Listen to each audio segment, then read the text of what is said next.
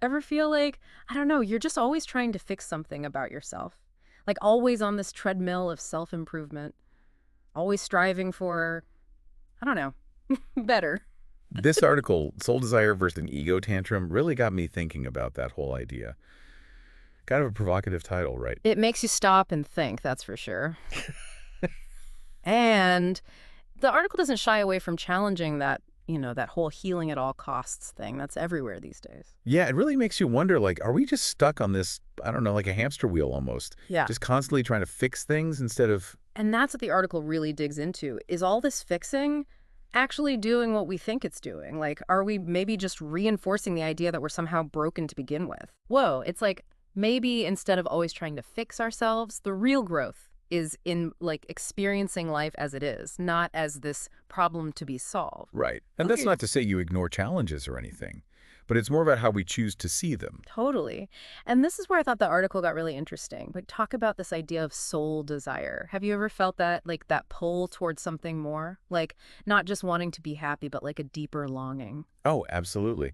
And the article makes a really clear distinction between these kind of surface level desires, the ones the ego loves, versus these deeper longings that come from, well, the soul. And it's about like aligning with that, with your soul's purpose if you want to be truly fulfilled.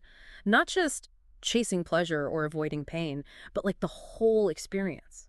Which actually reminds me that they have this great point about the whole pleasure and pain thing. It's not about one or the other, right? Exactly. It's both, like two sides of the same. Coin.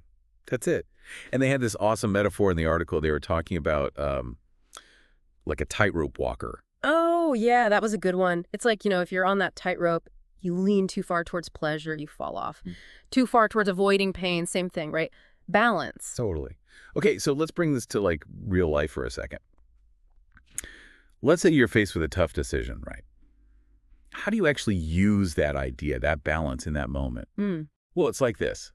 Every choice, right? There's going to be good and bad that could come from it. yeah. Potential for both, yeah. But if you're so focused on just the pleasure of what you want to happen, You might miss some red flags. Or make a choice that's not along really. with your true self, yeah. Yeah. And on the flip side, if you're only focused on avoiding pain, on what could go wrong, You might stay stuck. exactly. Miss out on growth, on really going for it. So it's about finding that middle ground, that place where you're being brave enough to see the whole picture. And wise enough to choose well. I love that.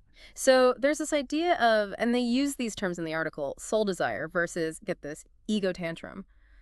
And I feel like those could be easily misinterpreted. Yeah, those are definitely attention-grabbing words. So what do they really mean by that, those two things? Okay, so the article talks about how ego desires often come from this place of, like, a lack, this belief that you need something outside of yourself to feel whole, to be happy. And those are the loud ones, right? The ones that really shout at you. Oh, yeah.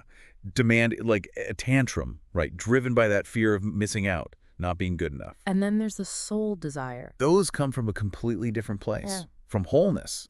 Like Mm. you already are enough. Yeah. And those desires, they're about expressing that, your true self, contributing to something bigger than just you.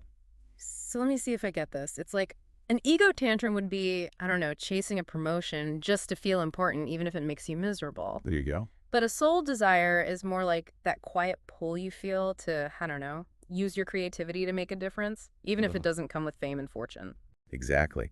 And what's interesting is the article talks about how ego desires, even if you get them, they leave you feeling empty. Because it's like you're trying to fill a hole that can't be filled with stuff. Right, with external things.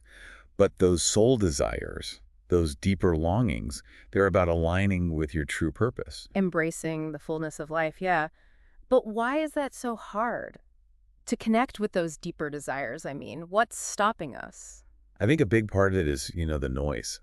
We're constantly bombarded with messages about what we should want, what will make us happy. It's like you can't even hear yourself think sometimes. Right. And the article talks about this too, how fear keeps us stuck in those ego loops.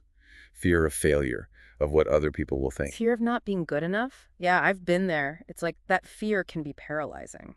Totally. Yeah. It keeps us small, keeps us playing it safe, even when deep down, there's that part of us that wants more, that yearns for more. So how do we get unstuck? If fear is the thing that's holding us back, what's the way out? Well, the article talks a lot about courage and surrender. Yeah. And I know those can sound like kind of big abstract ideas, Yeah, a little bit. but they actually explain them in a way that I found really helpful. Like courage, in this context, it doesn't mean you're not afraid. It's not the absence of fear. Oh, that's good. Because I don't know about you, but I don't think I'll ever be completely fearless. Me neither. But the Ah, article's point is it's about feeling the fear, 80 doing it anyway. Like that's the courageous part. Being willing to be vulnerable, to embrace the fact that you're not perfect. to show up as you are, even if it's scary. Yes. And then there's surrender. And I think this is the one that people get tripped up on the most. Yeah, it can sound kind of passive, like giving up, you know? Totally. Oh. But it's not that at all. It's not about resigning yourself to like a mediocre life or anything. It's more about surrendering the need to control To everything. have it all figured out. Exactly. It's about trusting. Trusting that there's something bigger at play, even if you can't see the whole plan. Trusting yourself. Yes. Trusting that you'll figure it out as you go, that the journey itself has wisdom to offer. Oh, I love that. Surrendering to, like, the wisdom of the unknown. There's something kind of beautiful about that, isn't there? Absolutely. And freeing, too. Because when you let go of needing to know how it's all going to work out. You open yourself up to possibilities.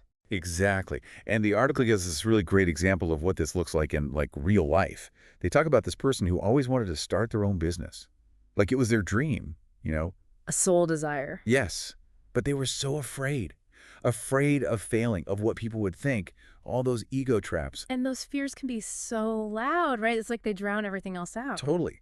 But this person, instead of letting the fears stop them, they chose courage. They faced those fears, and then they just started, like just took that first step. Sometimes that's the hardest part, isn't it? Taking that first step when you can't see the whole staircase. Totally.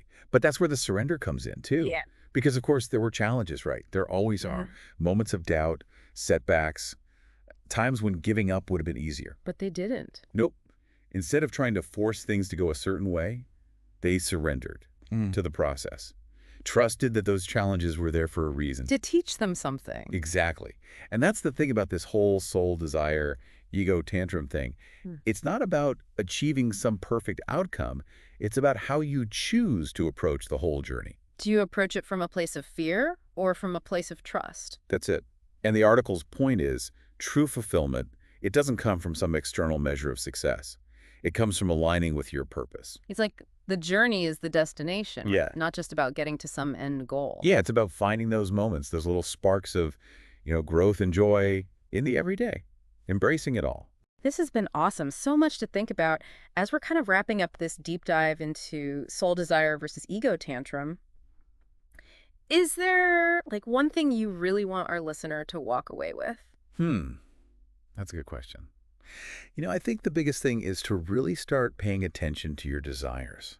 Like when you feel that pull towards something, Yeah. take a second to really check in with yourself. Like almost hit the pause button. Exactly. And ask yourself, where is this coming from? Like, is it coming from a place of, I need this to be happy, or I need this to prove something?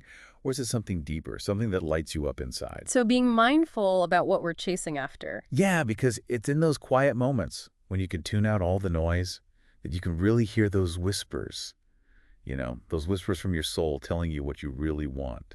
Love that. And the more we listen to those whispers, the more we can start making choices that lead to, a life that feels really good, authentic.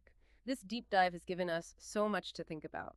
To our listener, thank you for joining us on this exploration of soul desire versus ego tantrum. If this episode resonated with you, maybe jot down some thoughts or share this episode with someone who comes to mind. Remember, the journey of self-discovery never really ends. Keep exploring, keep asking those big questions, and until next time, keep diving deep.